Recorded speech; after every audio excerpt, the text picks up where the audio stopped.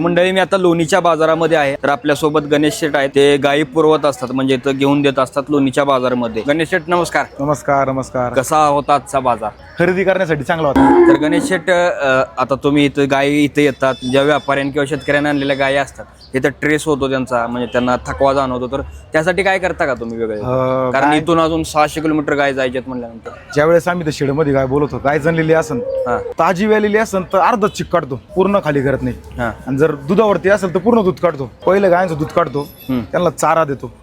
चारा वगैरे झाला तर आमच्या इथले आमचे लोकलचे डॉक्टर आहेत, त्यांना मेलनेस प्लस अजून एक इंजेक्शन, त्याचं नाव नाही आठवत मला, ते आणि कॅल्शियम कॅल्शियम डाऊन म्हणून एक कॅल्शियम ते प्रत्येक गायला कंपल्सरी देतो, मगच गाडीत लोड करतो. आणि लोड करताना गायला पाणी पाजूनच लोड करतो. कारण इथून 600 किलोमीटर होती, इथून गाडी 6:30 ला निघाली, उद्या सकाळी 6:07 ला गाडी तिथं पोहोचते. आता इथून ज्या गायी जातात काय अडचण नाही? नाही, काहीच प्रॉब्लेम नाही. मार्केट कमिटीची पावती देतो, परत मार्केट कमिटीचा दाखला देतो, त्याच्यामुळे प्रॉब्लेम यायचं काहीच अडचण येतो. डॉक्टरांचं पण certificate, veterinary government doctor certificate पण देतो आपण, त्यामुळे काय टेन्शन नाही, काहीच प्रॉब्लेम नाही. कागदपत्र एकदम पूर्ण डॉक्युमेंट पूर्ण क्लिअर करतो आपण. मार्केट गाय खरेदीसाठी चांगली आता सध्याची.